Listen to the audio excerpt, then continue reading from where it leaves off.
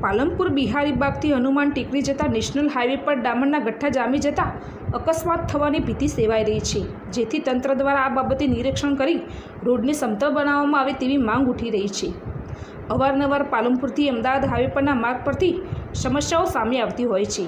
તે જ રીતે પાલનપુર બિહારીબાગથી હનુમાન ટેકરી જતા માર્ગ પર રોડના વચ્ચોવચ્ચ ડામરના ગઠ્ઠા જામી જતા રોડ ઉબડખાબડ થઈ ગયો છે, જેના કારણે આબુ રોડથી હનુમાન ટેકરી તરફ જતા વાહનો આ ઉબડખાબડ માર્ગ ઉપરથી પસાર થાય તો અકસ્માત થવાની મોટી ભીતિ સેવાઈ રહી છે।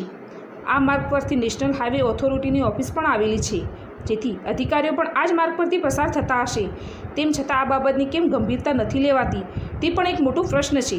તો કોઈ દુર્ઘટના સર્જાય કે ગાડી પલટી ખાઈ જાય તો તે પહેલાં તંત્ર આ દિશામાં ઘટતું કરી રોડને સમતલ કરવામાં આવે તેવું સ્થાનિક રહીશો તેમજ વાહન ચાલકોની માંગ ઉઠી છે।